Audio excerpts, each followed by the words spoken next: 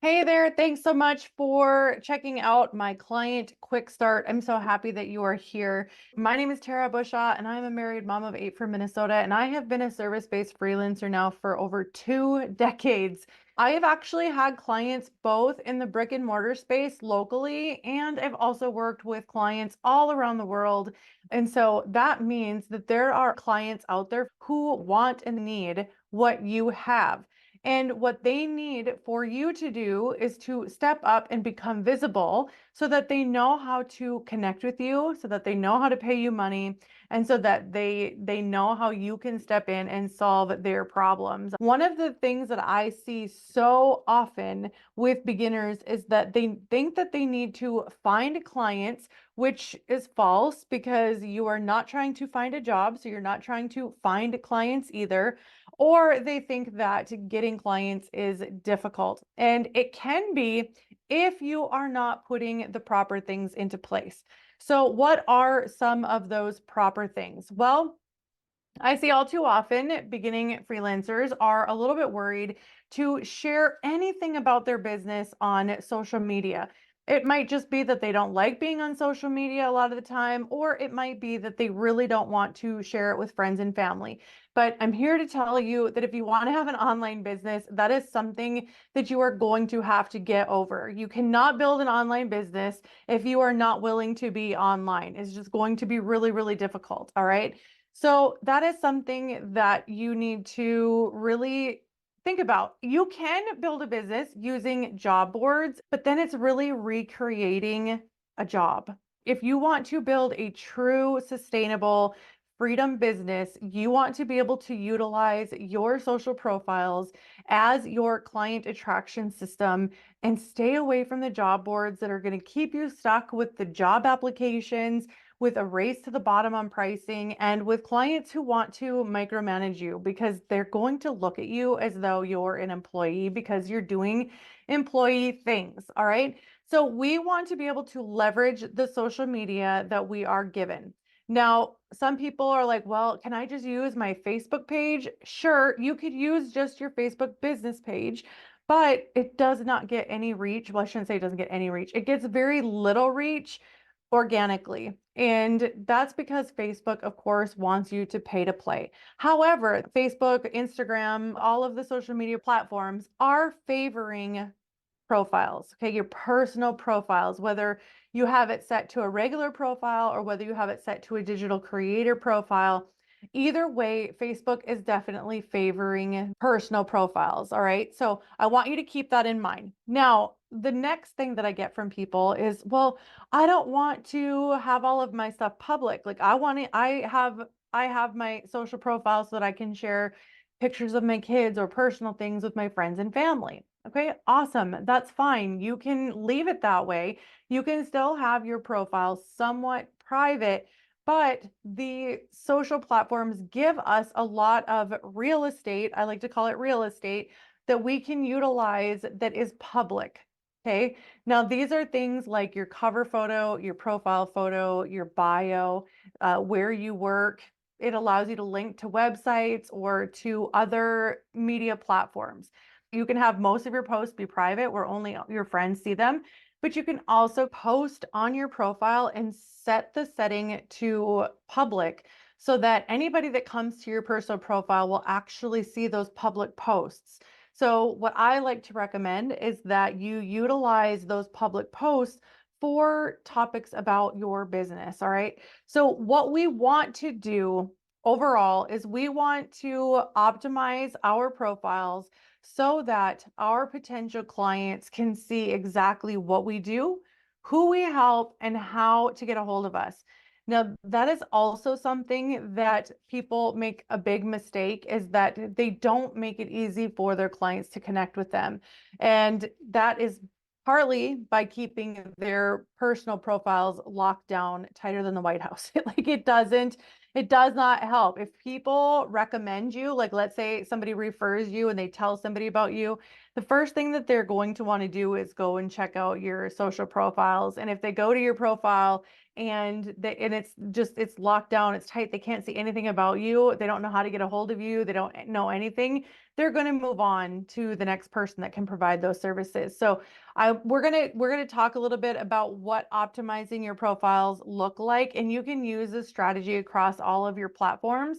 But it is very, very important that you utilize these suggestions so that all of your potential clients know exactly how to get a hold of you, and you make it really, really easy for them. So as part of this quick start, I'm going to be sharing with you a checklist, and we're going to go ahead and I'm going to share my screen, and we're going to go through these one by one. All right. Just because I want to make sure that it is very clear and understood what these are for.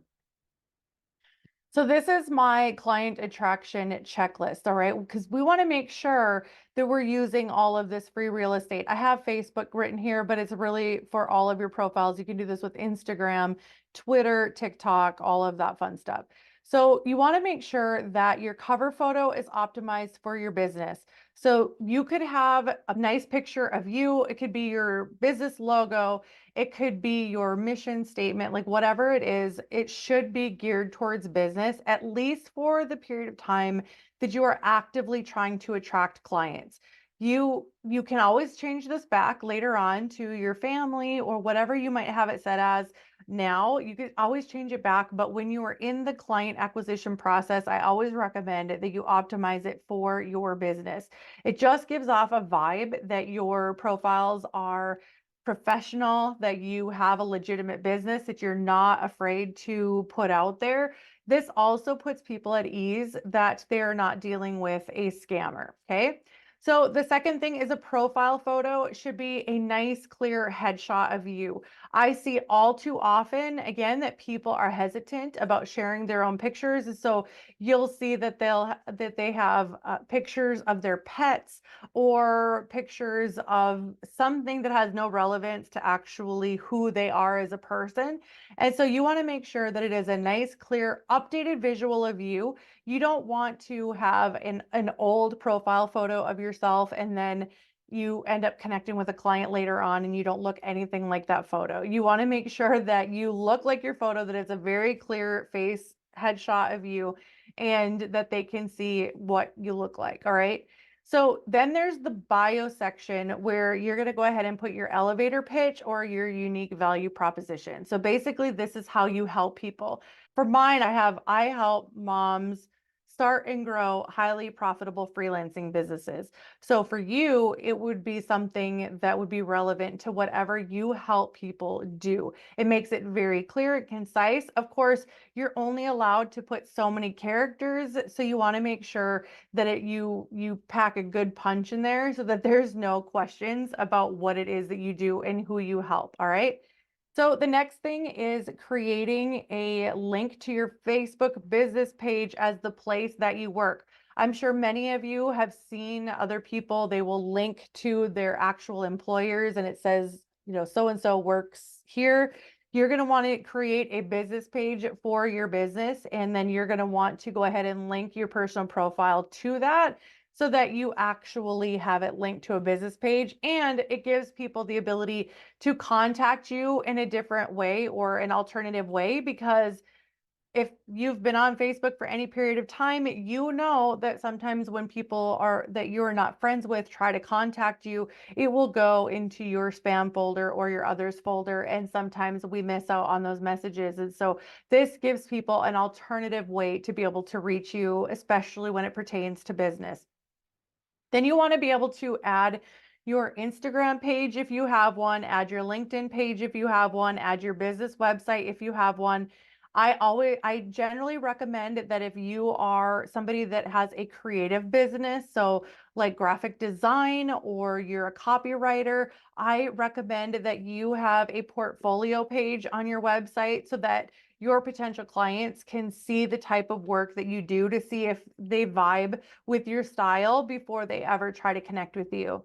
If you are somebody that does bookkeeping or something like that, where you can't really do a portfolio or samples, then you just want to make sure that you have your business website available. Again, explaining the types of services that you have. I don't typically recommend putting pricing on your website, and that's a conversation for another day, but you want to make sure that you talk about the services that you offer, how you can help them, and then later on in the page, you could have your about me telling them a little bit about you. And just remember that that is not a resume, so don't create your website as though it's a resume.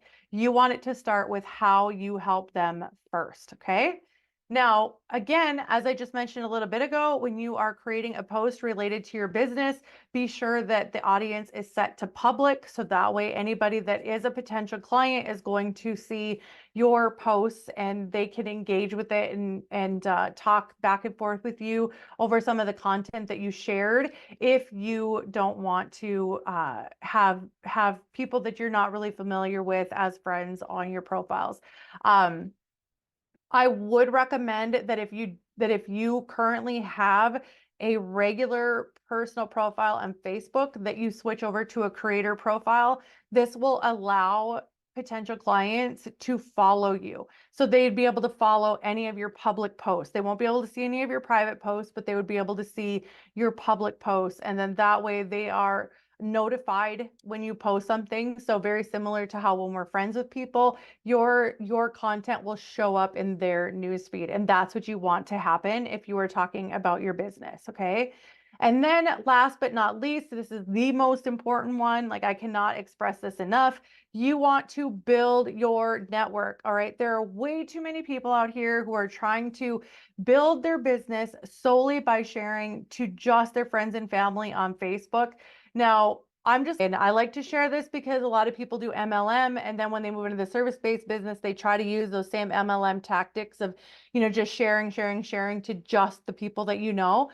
And it isn't going to be effective if you're only talking to, your 2, 3, 400 people that you have as friends on Facebook, and you're not willing to expand your network. This is why so many people who try to start MLM businesses end up failing quite fast, because they simply don't have a large enough network to be able to grow that type of a business. And so the same is true for you. If you are going to try to be a service provider and you're trying to attract clients, it's not going to happen if you are just simply telling the same people over and over and over again about the services that you provide, and you're not expanding that. Here's the other problem. Most of us are friends and connected with people who are in their 9 to 5. And most people who are in their 9 to 5 have no reason to utilize a service-based online business owner. Like they're not going to be looking for a graphic designer. They're not going to be looking for a content writer. They're not going to be looking for an editor, right? So you want to be able to expand your network to the potential clients that you're going to be working with.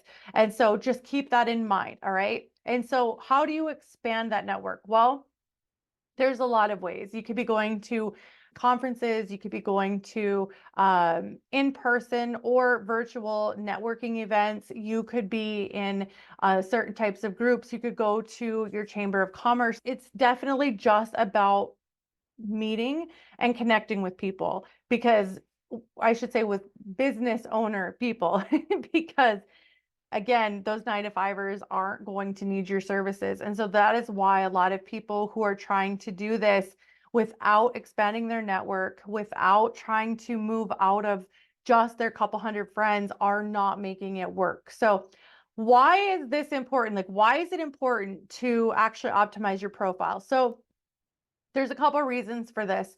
One, I want you to think about your local electrician, the local hairstylist, the plumber, things like that. Do you think that they're out finding clients? No, they don't need to find clients, because they know that just by telling people what they do, they're automatically going to have clients coming to them in some way, shape, or form.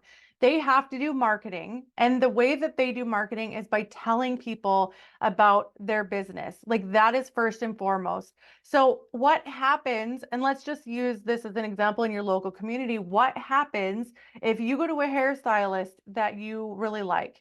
you're more prone to tell people about your hairstylist, and you're excited to tell people about your hairstylist because they did an amazing job, their prices are reasonable, right? Same thing with the plumber, the electrician, the construction contractor. If you have a great experience with the person that you go to for a service, you're going to tell people. And the same is true for your service. Okay, so you are going to want to make it known, your business known, so that people who need your service can come to you, and you want to make it easy for them.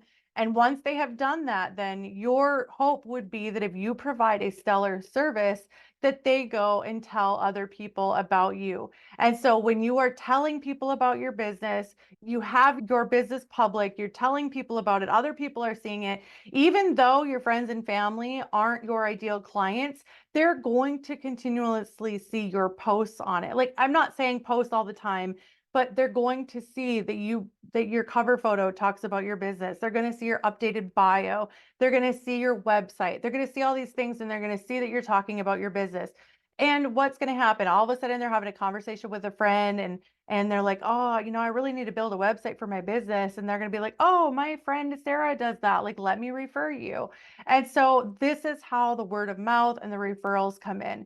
But you have to have your business visible to even people that you don't think are going to refer you. Like, people are watching, and that is why it is super important to have your profiles optimized. All right. And like I said, those 300 or 400 people aren't going to be your ideal clients if they're just your friends and family, but that doesn't mean that they aren't going to tell people.